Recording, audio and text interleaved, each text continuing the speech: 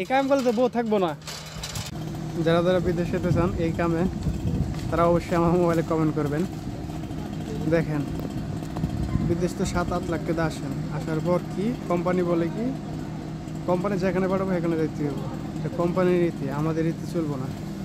কত কষ্ট কাম, 75টা বেতনে এই কাজ চলে। অথচ আমাদের কোম্পানি আমাদের কাছ থেকে নিতেছে 10 টাকা, এখানে 300 টাকা। এই কাম চলতেছে, চলবে। এলা সুদন সাপ, কি খবর? খুদা ভাঙ্গা দে, আন্নানের কি বুদ্ধি দি?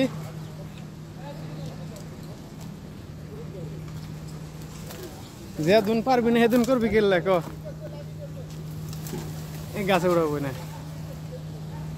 সব আমাদের কোম্পানি।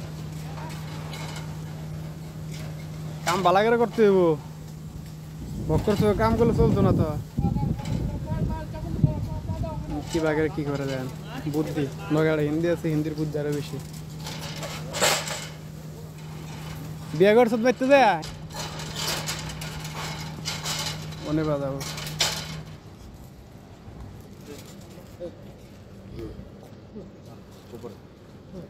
বাচ্চা বাচ্চা উপরে, উপর বাচ্চা, উপর বাচ্চা, উপরে যাইব। ও যাওয়ার পর উপরে যায়, ওইটাকে কাট করবো। কাট করলে গাছটা আসান আছে, কাটতে পারবো। কাম ভাই বিদেশে বেরি কাম এইরকমই চলে, দেখছেন নি? লাল ভাই কি আলা চল, বালাগার উঠেছে পয়রা ভাঙ্গিস না। আই বিয়া তো করস নাই, বিয়া করলে বুঝতে কিবা লাগে। ভাঙতো না যা।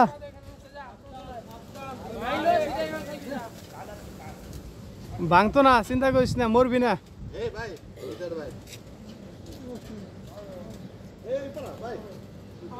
দেখেন এই হলো পরিস্থিতি।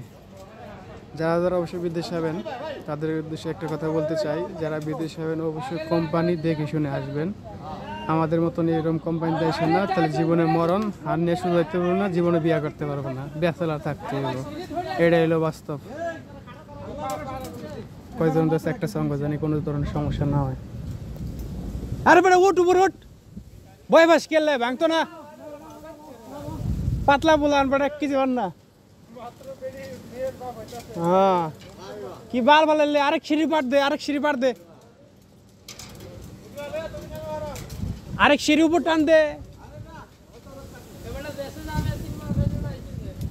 অবস্থা এটাই, এটাই বাস্তব।